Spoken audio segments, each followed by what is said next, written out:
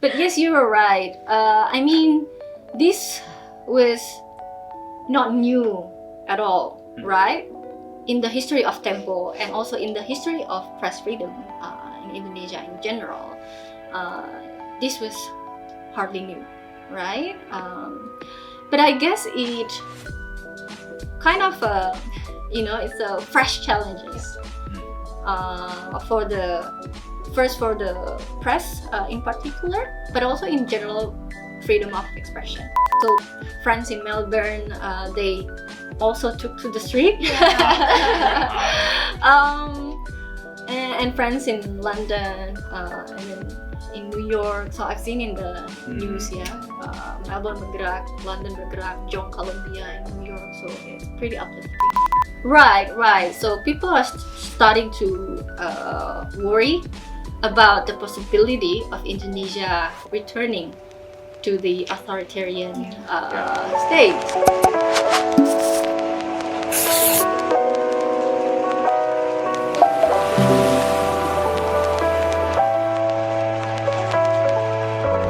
Hello and welcome to the very first episode of Extreme Talks, a podcast series where we dive deep into the evolving social and civic dynamics in Indonesia and beyond, while also spotlighting the fascinating research and fresh perspectives of Indonesian scholars here at ANU. Hi, I am Nadir. And I'm Kathleen, and we'll be your host for today's episode. This podcast is brought to you by PPIA ANU, also known as ANUISA, a platform committed for encouraging an open, balanced, and inclusive dialogue, also participation from Indonesians to Indonesians and beyond. Now, before we begin, I'd like to add a quick note. The views expressed in this podcast are a part of an open dialogue, and they do not necessarily reflect any official positions that we hold here at ANUISA. Our aim here is to create space for diverse perspectives and encourage thoughtful conversations, especially on complex and evolving issues such as the one that we will be visiting today.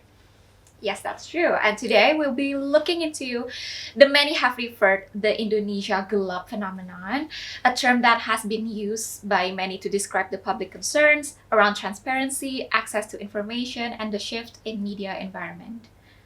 We'll also explore how freedom of the press is being understood and navigated, both within Indonesia and by Indonesians living abroad, as the diaspora nowadays plays an increasingly important role in shaping conversations that extend beyond our national borders. And to help us explore this topic in more depth, we are joined by a special guest who brings both professional experience and a broad perspective. So let's just introduce our very first ever speaker, Nadir. Okay, so today our guest here is Kak Sita Dewi, a PhD candidate in the Australian National University under the Political and Social Change Department of the Coral Bell School of Asia Pacific. Yes, and Kak Sita's research examines the emergence and impact of counter-oligarchic media in Indonesia. So with a cross-border perspective, Kak Sita offers insights into how conversations about press and participations are unfolding back home in Indonesia and abroad. We're so glad to have her on the show, but now let's get into the conversation. Let's go. So, before I really want to begin the conversation, I want to ask you, I think this is important for the rest of us, for both our audience and even all three of us to understand really. What is the Indonesia Gelap movement? More importantly, what is it about? Well, okay, just to sum up, Indonesia Gelap movement or Dark Indonesia movement, it was a series of student-led protests, first initiated by the Indonesian Students Union or BEM SE alongside other students organizations. So the primary trigger, I guess, was the massive budget cuts launched by the new Prabowo administration, which aimed to basically cut the state budget and repurpose the budget to finance his key programs, the free lunch programs for school children across the country. But also we later found out that it was also for the Danantara, the sovereign wealth funds. And that massive budget cuts affects a couple of other important sectors, including health and education. It cut government subsidies for state university tuition, which led to university students having to pay more for their education. That's why they responded to the budget cuts quite strongly. And then another trigger, I guess, the proposed revision of military law, which has been passed as we speak, which means that the revision, once it passed, it expands the role of the military, and what critics say is reviving the old duifungsi or dual functions of the military, so which allows them to basically have more roles in civilian sphere. So I guess that's also taken at the expense of the ability of the civilians and themselves to be involved in government. Right. So people are starting to worry about the possibility of Indonesia returning to the authoritarian state. So that's why the students decided to respond to it and take to the street. Yes, that's true. We have seen like students all over Indonesia give their response, take it to the streets. And why Indonesian students that are studying abroad, miles away from home, partake in the Indonesia Gelap movement, based on your perspective, Sita? Right, okay. So I didn't mention that Indonesia Gelap movement also appeared online, so it didn't only happen offline on the streets, but also very popular on social media. So that's why we can easily follow the movement, the development from anywhere in the world. So why, to answer that, I guess for some of the Indonesian students currently studying abroad, following the development or news about political, social, economic changes back home are partly part of our studies, especially for those studying under, for me, like political and social change department, or others studying economy or public policy. Of course, we follow the news quite closely, and we think about it critically as part of our studies and responsibility. But also for I think for others who, who's studying something else. Like we do, for example. Yeah. I guess they also have like different reasons. I wonder what your thoughts about it. Okay. So you're studying astrophysics. Yeah. Generally, for example, for me, it's a two-part concern. The first, of course, it's more of a personal concern, because eventually, like, we have a green passport, even if, we have the green passport, which I think is turning to red soon, if I'm not mistaken. Oh, right. That's true. They're rebranding. They're rebranding it, but anyway, that's still our passport. That's still most probably where I will go back to in the future. Right. And that's my it's more of a personal concern, but also from a more professional side.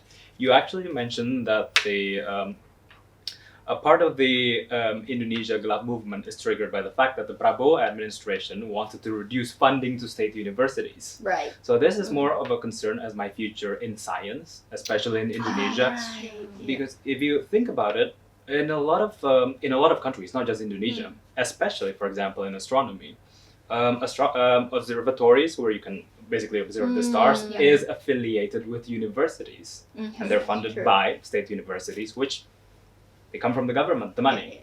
The state budget. The state budget, exactly, correct. And the reduction of that budget also limits my possibility, my opportunity of being able to make a living as a scientist in that country. And you're studying I'm public studying health. public health. Yeah, definitely affected by the budget cut.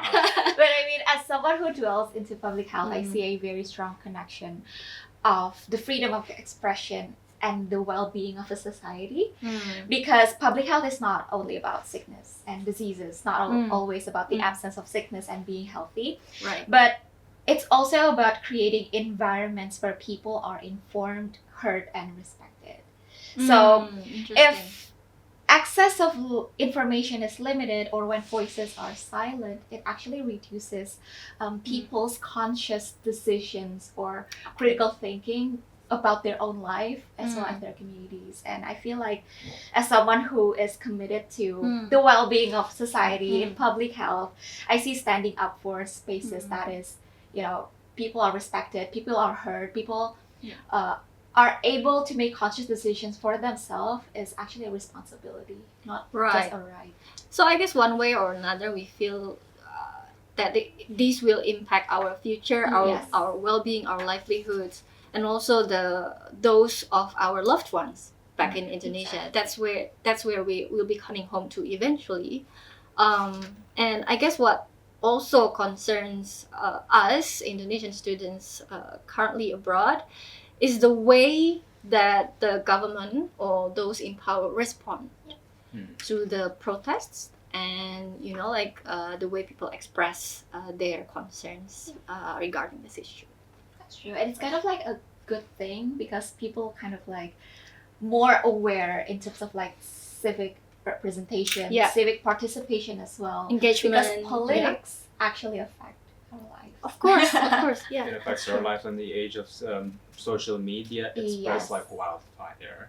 People that usually do not care about government policies, about the revisions on the constitution and so on, they take to the streets, they take to social media posting. If they don't want to go to the streets, some form of activism at least. Yeah. They started to speak up. And regarding the online campaign, like there's so many organizations speak up, especially PPIA all over the world. The Indonesian Students Association, yes. Especially PPIA ANU with Indonesia Synergy. Right. We actually publish our demands on the Indonesia Gelap phenomenon. So Kasita, what are the main demands of the Indonesia? Right. Because you mentioned about this joint statement. So there are different groups of Indonesian students based in Canberra, but at the height of Indonesia Gelap movement, we, agreed to basically join in hand and release a joint statement on this issue, which basically support the demands of our fellows, colleagues back in Indonesia, including to urge the government to review the programs, the massive budget cuts, and then the proposed revision of the military law, and also the demands to, review the way they respond to the critics, repression of protesters, and so on, offline and online. There's nothing in the joint statement that contradict what the students back in Indonesia demanded. So in a way, our joint statement aimed to support and to show our solidarity with our fellows in Indonesia who who compromise their safety, who left classrooms, spend time to take to the streets. They invest their energy, their time, their resources, basically. Yeah. Okay, so in my view, it was actually kind of hopeful. I was kind of hopeful that people were actually demonstrating, taking to the streets, or even international students are making joint statements all across the world. Indonesian students, even across universities. True. Yeah, However, we're just one of the many groups across the globe, I guess, who also made the same demand. Yeah, I think you mentioned earlier there's also movements from Melbourne, from London. Yep. I've seen the so friends in Melbourne. They also took to the street. and friends in London, and then in New York. So I've seen in the news, Melbourne bergerak, London bergerak, John Columbia in New York. So yeah, it's pretty uplifting. Yeah, I mean, I guess it is uplifting, but I guess despite that, unfortunately, these movements seems to have been ignored by the government. Right. I mean, I remember talking about we should discuss about the possibility of the RUU TNI passing, and then before we were able to come up with anything, it already passed. Right. For example, what I'm saying is most of the demands have been ignored by the government. Yeah. What is your main concern here as a consequence of the government just ignoring all our requests? Well, I guess critics have already said a lot of things about the military law being revised and being passed despite the rejection. But I guess one of the many concerns shared among my friends here, for example, is the level of intimidation, also repression against the critical voices. That includes students taking to the streets to protest. So like protesters, the general public, like saying their concerns on social media, and then activists, pro-democracy activists, pro-human rights activists, and also journalists who cover the events. Also, like critical media organizations who amplify public concerns and protests and criticism against government policies and actions. Okay. And also, I think, to my knowledge, you have worked as a journalist for more than 10 years, yes? Yes.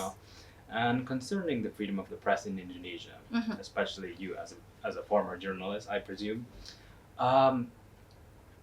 do you think the recent incident with, speaking of intimidation, this recent incident with Tempo being, I guess, symbolically intimidated by being sent a severe pig's head and a bunch of dead rats, do you think that it shows the direction of where freedom of expression in our country is going? I hope not. But yes, you were right. I mean, this was not new at all, right?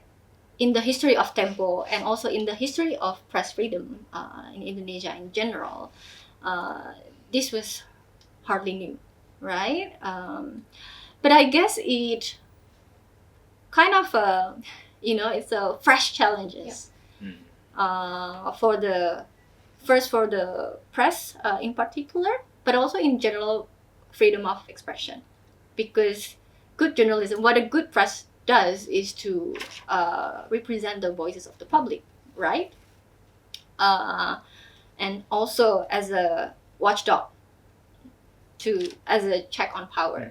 So when those in power are perceived as, abusing their power, their authority, and not listening to the public, that's where usually the press or like other elements of the society work. And what happened to Tempo recently?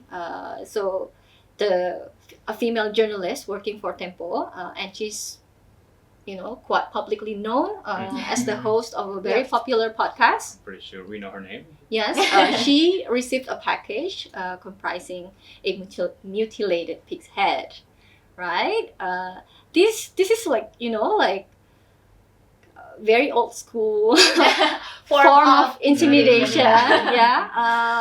We saw this a lot back in authoritarian regime, but now it's happening again. Okay. Yeah, it's back. So it sends a kind of strong message to those people working in the field, but also like activists and general public, that this is what happened when you are being critical. Okay. So I guess then every form of oppression, every form of intimidation usually against freedom of expression, especially by governments and institutions. They're usually met with resistance. So what has been the reaction of the public and also the press council, actually, or to the this form of authorities? the authorities? Right. Well, speaking about response, presidential office has made their statement. So Hassan Naspi, presidential spokesman, made a quite controversial statement which undermined the terror. We could say it's a form of terror against the press, right? And Hassan Naspi was quoted as saying that, they can just cook and eat the mutilated pig's head, which by the way, by the time that the journalist opened the package, it was already decomposed. So yeah, it cannot be cooked. The statement has been, of course, widely condemned and criticized by the general public, and also in a recent interview of President Prabowo with 6 prominent journalists, senior journalists, he also sort of admitted that that was not the best response from his office. He apologized for that. At least that's that. And then, as I mentioned, the public in general and critics have condemned such response. Also, the professional associations and press authorities, so the Press Council, the Independent Journalist Alliance, have also condemned this form of terrors. And major media outlets have framed this as, a form of terror against press freedom. Some smaller media outlets have shown their solidarity, through posters or social media posts, saying like, we stand with Tempo, kami bersama Tempo. So that garners quite support from the general public, which was really good. I saw in the news that for the next week after the package arrived, people came to Tempo's office headquarters in Jakarta to show the solidarity. They sent flowers and everything. So that's also quite uplifting. That people know or people support press freedom.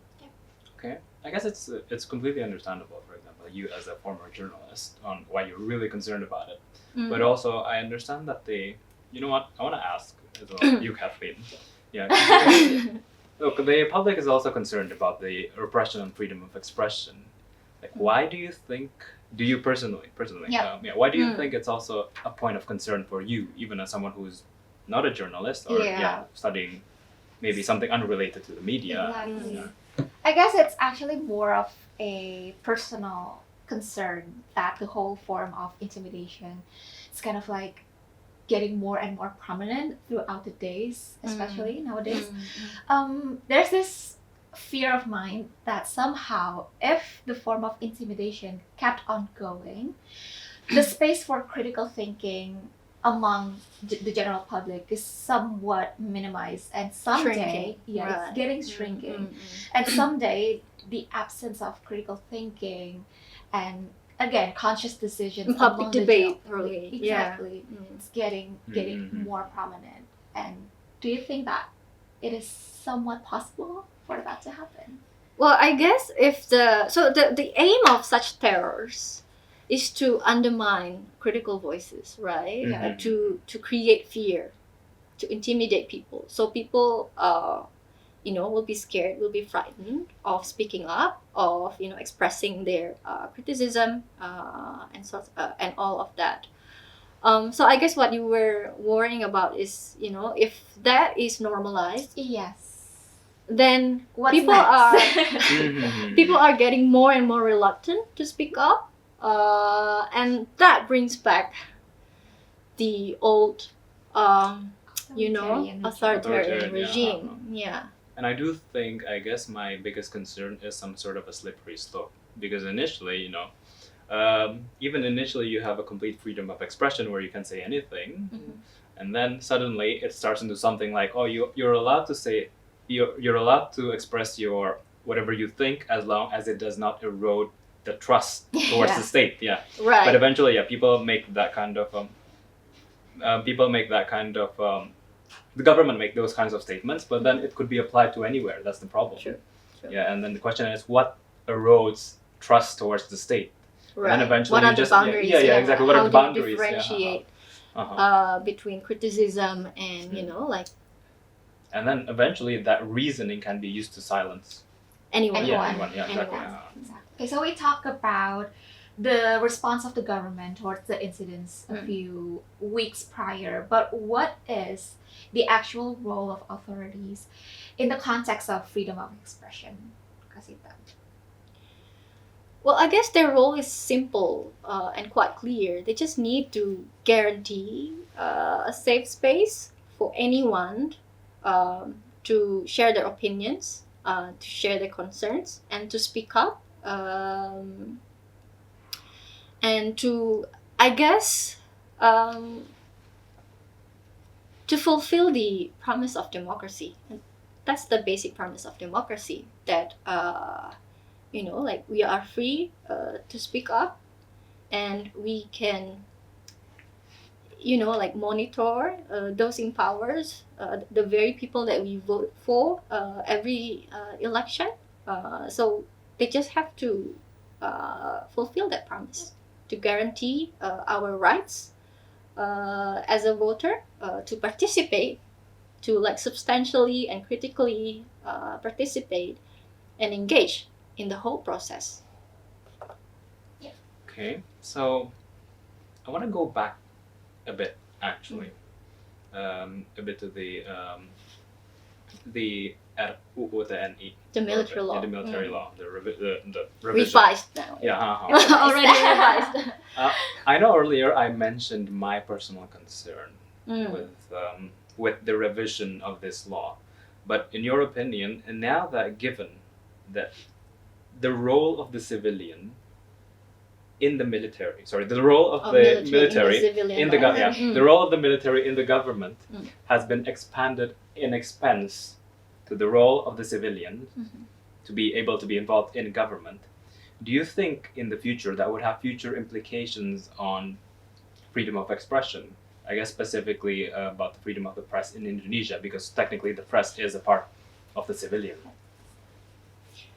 Well, I guess I can't say about what hasn't happened yet in the future. And I guess the press authorities is not among the government institutions included in the revised law. But I think it will all come down to how people in power will respond to, critical reporting, for example. How will they respond when media organizations, for example, publish investigation on wrongdoings or corrupt practices in relevant organizations? Could be like one of the organizations mentioned in the law, or could implicate, for example, the high rank officials in those organizations. So would you say this, it could potentially impede the role of the media as a government watchdog? Well, unfortunately, I cannot say it won't impact. The question is, I guess, to what extent, right? And how, journalists, for example, push back when that happens. For example, when they experience another forms of terror, how will they push back, and then how the government will react or respond to that? Will they, for example, be getting even more repressive, or will they step back Okay. and try Yeah. to listen? And it's quite a good thing as well because of the Indonesia Gelap movement. We get to see general public, civilians, the press, kind of like all move in the same direction together. Right. So it's kind of like the silver lining in terms of like the whole thing that is happening. People power. Yes, exactly. Okay, so we have talked about the issue. We have talked about the different perspective and positions of the government, the press, and also the general public. But Kasita, coming back again to us who are Indonesian students studying abroad, let's reflect what is actually the role that we have to play as Indonesian diaspora. I guess as Indonesian students currently studying abroad, we have like some sense of privilege, right? In the forms of access to information. We are provided time and space to think critically, to think deeply about these issues. And I guess for some of us, we are more privileged than others who are probably have like some sort of professional constraint due to their affiliations. But those who don't, that itself is a privilege. So the very least that we can do is to engage critically and actively with the the discourse, and to this is a way to contribute to the whole debate, right? Yeah. But what about you, Nadir?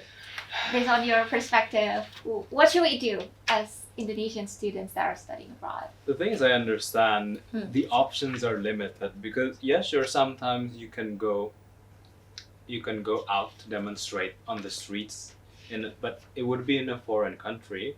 It would surely attract attention to what's happening in our country, yes. Right. But I do think the best way for us diaspora students outside of the country is, I guess, to help with the situation in the country, is the best that we can do is, one, raise awareness. That's one. Two, as international students, we have perspective. For example, like here in Australia, which is a pretty liberal and democratic country, we have a perspective on, for example, we can examine which direction the country is going. Is it going to a more authoritarian direction? Is it really... I guess what I want to say is we are in a better position as well than many other people to be the watchdog of our own countries.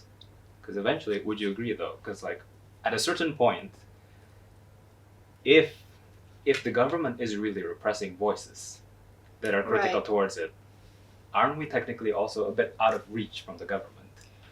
Well, I guess in cases, this is very hypothetical, right? Yeah, in cases, for example, there's social media ban, or I don't know, like when information, for example, in Indonesia was restricted. If it gets harder and harder to have like public debate and discussion online and offline, then I guess that's one role that we can fill in from like outside the country. True. That's true. Yes. I mean, eventually, like, let's be honest, in most governments, I think, and also in every country, any government in exile does still have a voice outside of the country. But I guess, okay, I don't want to go too far. An extreme that's just an extreme example. Yeah. But I do think, we do have a unique perspective, and we have a unique position and ability, privilege, to be able to help our compatriots within the country.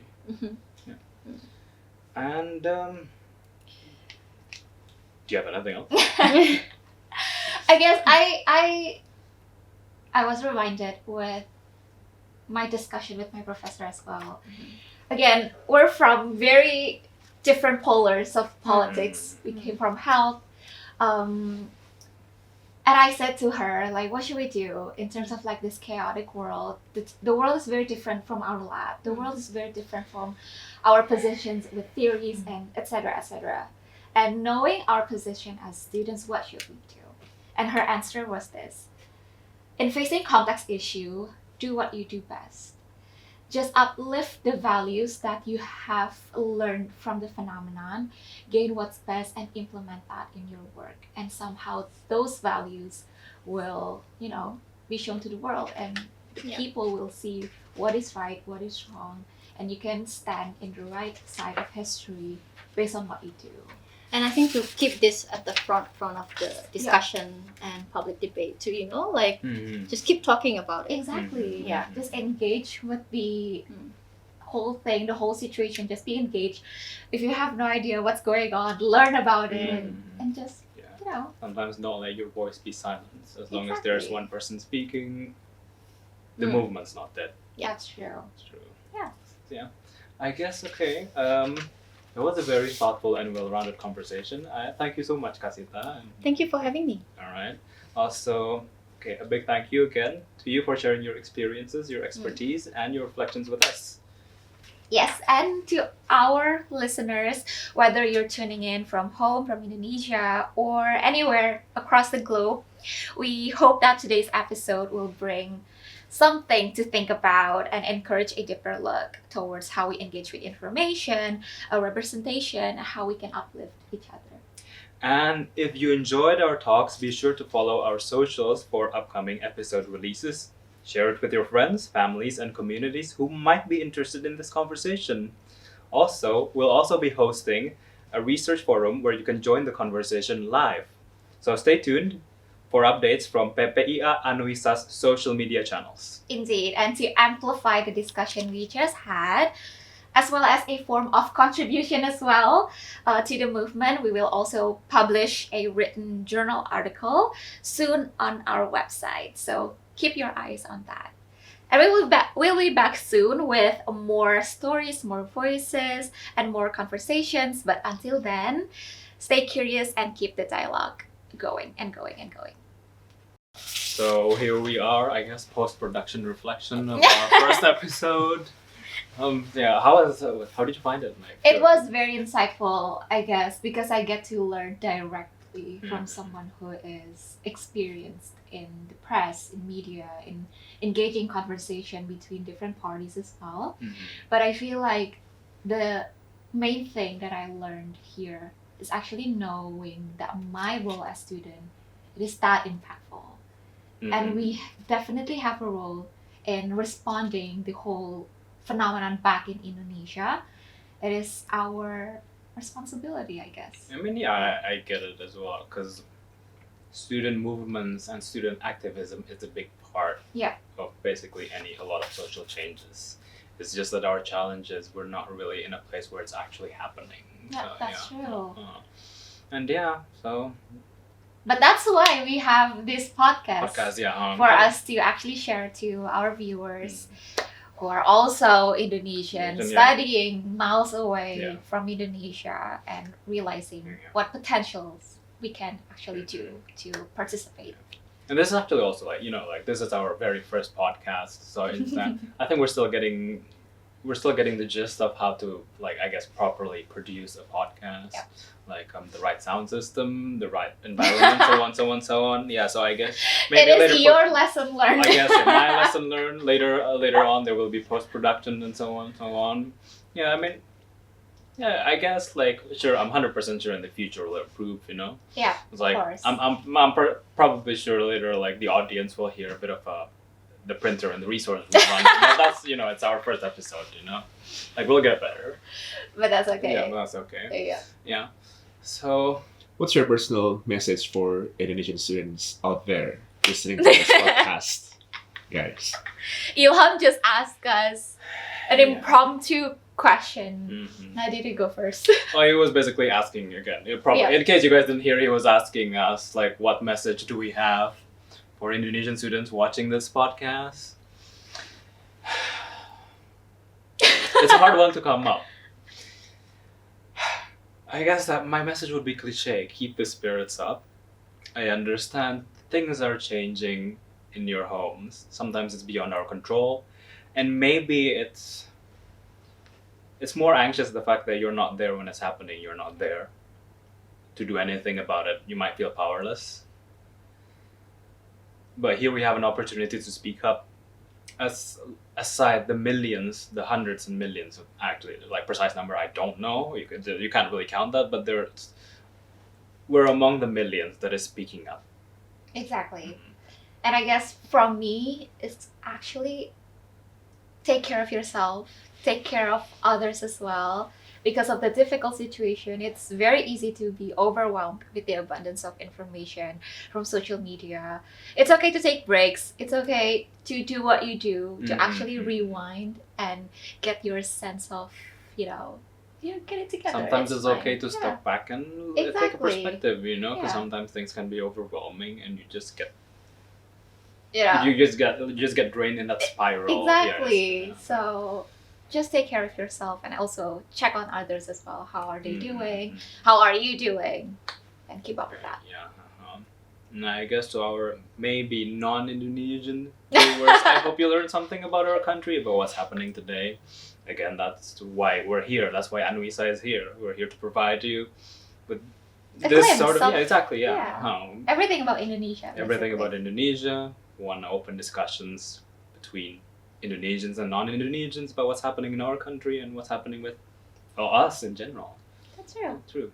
So we hope you enjoy this podcast as much as we As much as enjoy doing it. Making it, And enjoying making it, it. preparing it. Yeah. And just stay tuned. Stay For tuned. more Yeah, episodes. I guess we'll see you very soon. Bye bye.